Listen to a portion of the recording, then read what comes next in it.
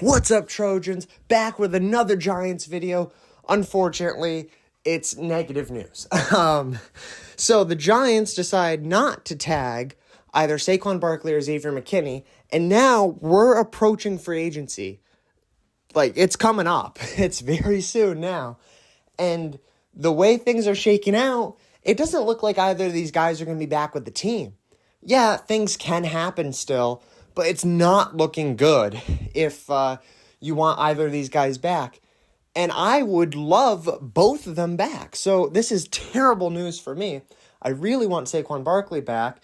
And my thoughts on this one are about the same as they were last year. So I'm going to start with Xavier McKinney.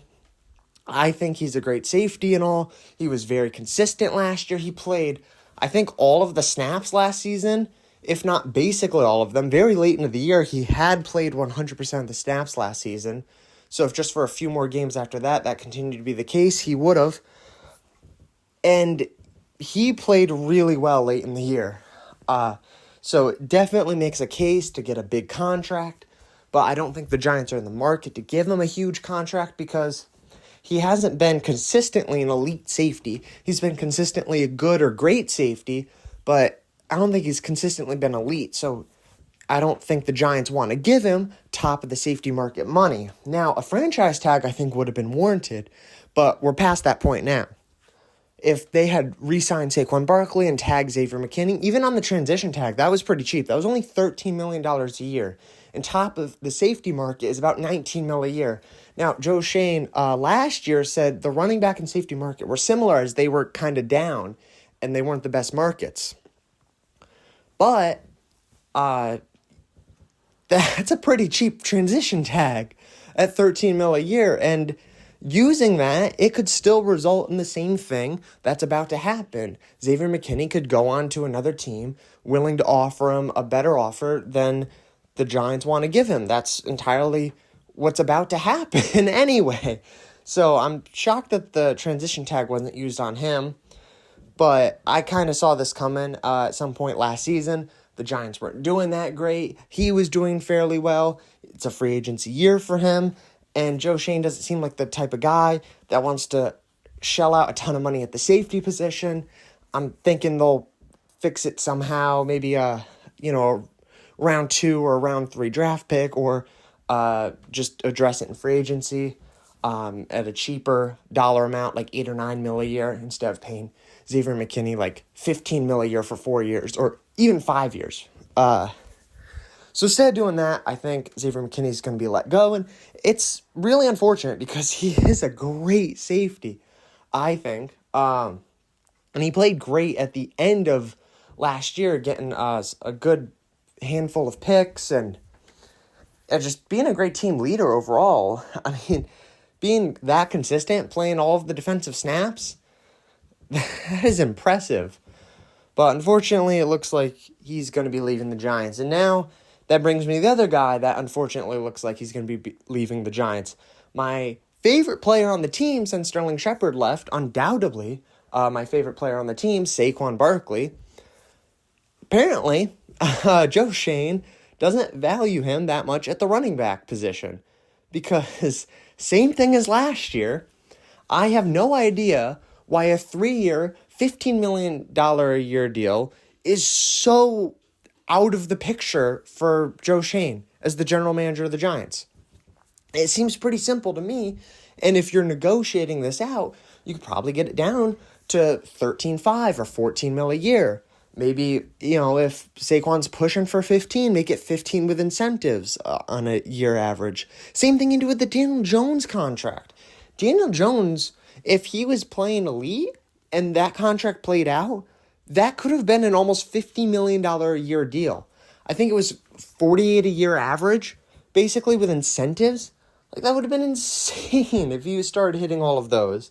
I mean, we all would have been excited because the incentives were, I think, really high stuff, like making the playoffs and a ton of passing yards, passing touchdowns, the whole thing. But you could have done that. You could have done so many things with Saquon Barkley, but no. We don't want to tag him again, which I didn't want to tag him again either. So we don't even want to do that. We don't want to just get a deal with him done really quick.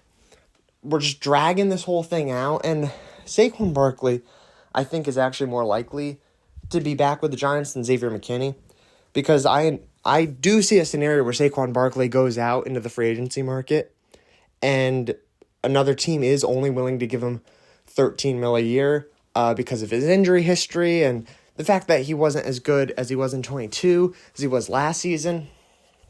Because he was elite in 2022 and he wasn't elite last season. You could probably find several plays where he doesn't hit a hole, right? He doesn't accelerate fast enough. He doesn't juke a guy you think he would normally juke. But at the same time, I feel like the offensive line play wasn't as good last year as it was in 2022.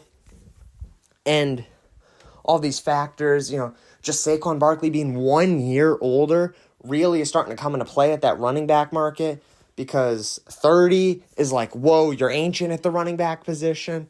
And he's getting up there. He's already 27 now. So that's going to be a concern.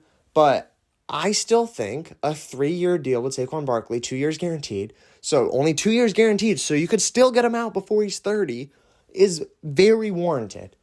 Even if you have to make it $14 million a year.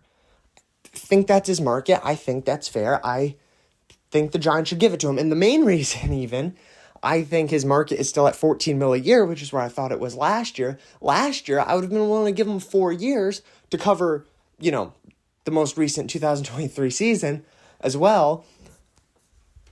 He was elite in 2022, and so I thought his market was $14 million. Now, he wasn't elite last season, but the salary cap went up a ton. It's north of $250 million.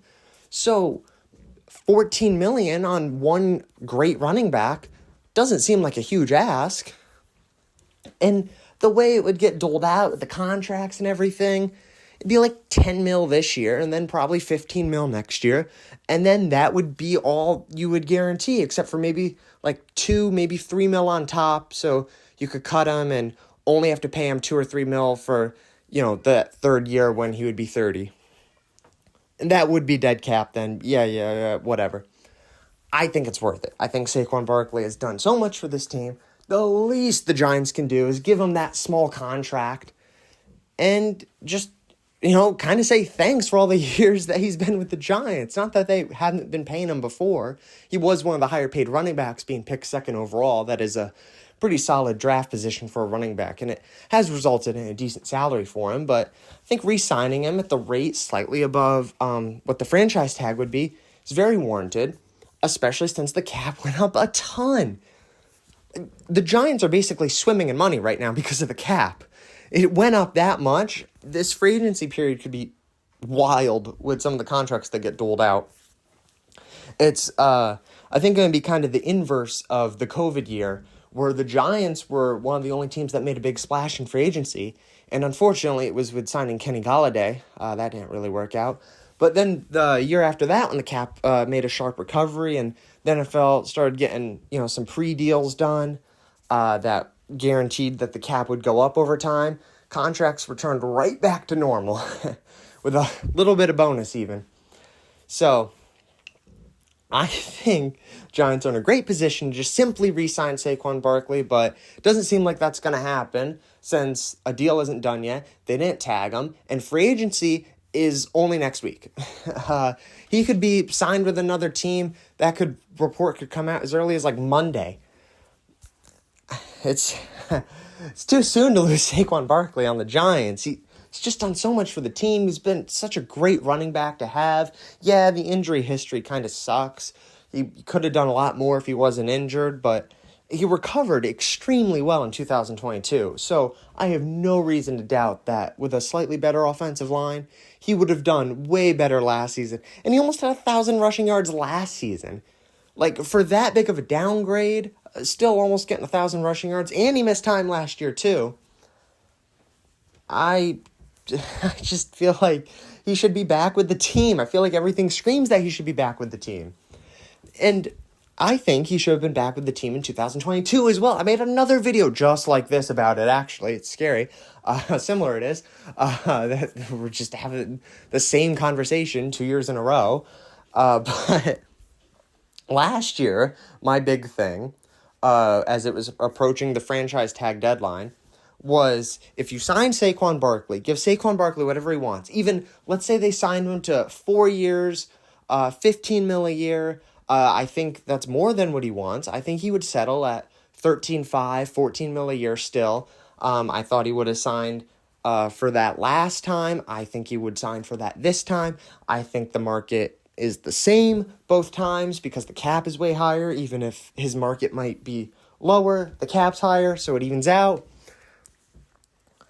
I see no reason why that deal couldn't have been a thing last time, because then you could have turned around and had all of the leverage on Daniel Jones. Now, Daniel Jones didn't really look great this year. The games he played, he didn't look great, and then he got injured, which is very unfortunate. But now, because he got injured and wasn't looking that great, there's a lot of talk of drafting a quarterback because the Giants do have a fairly high draft pick.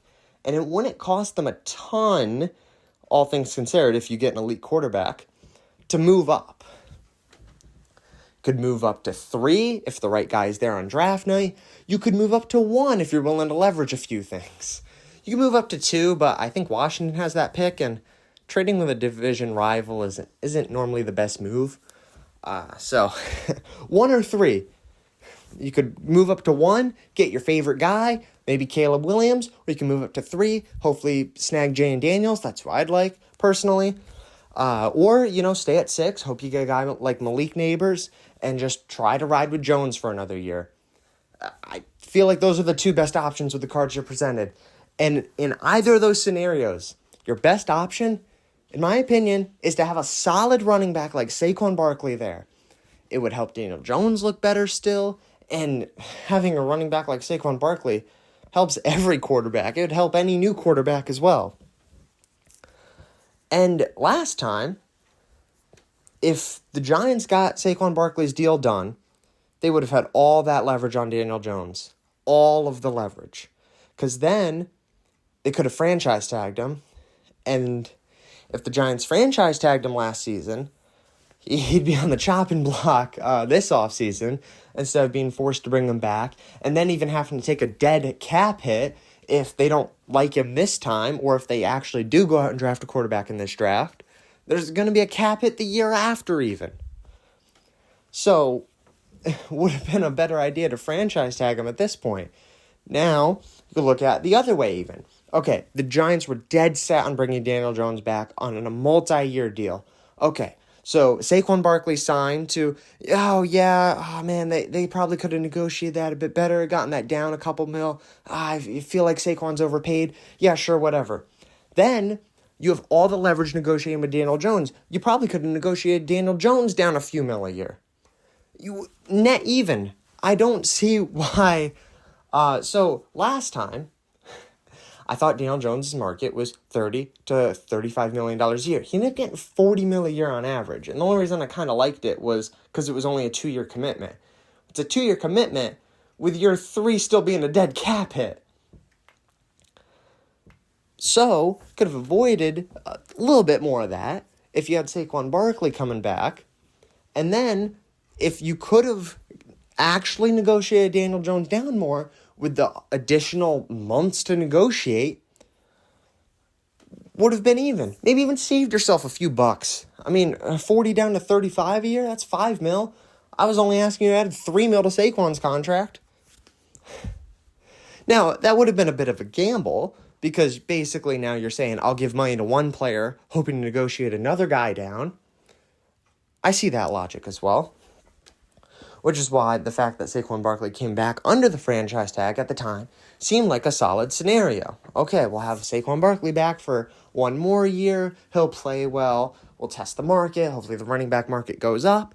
I feel like it should under this massively increased salary cap. So now let's just get Saquon Barkley back. Fortunately, that's not what Joe Schoen's thought process is. So we're potentially losing 2 great players on the Giants team. 2 key players for next season. See you guys in the next one.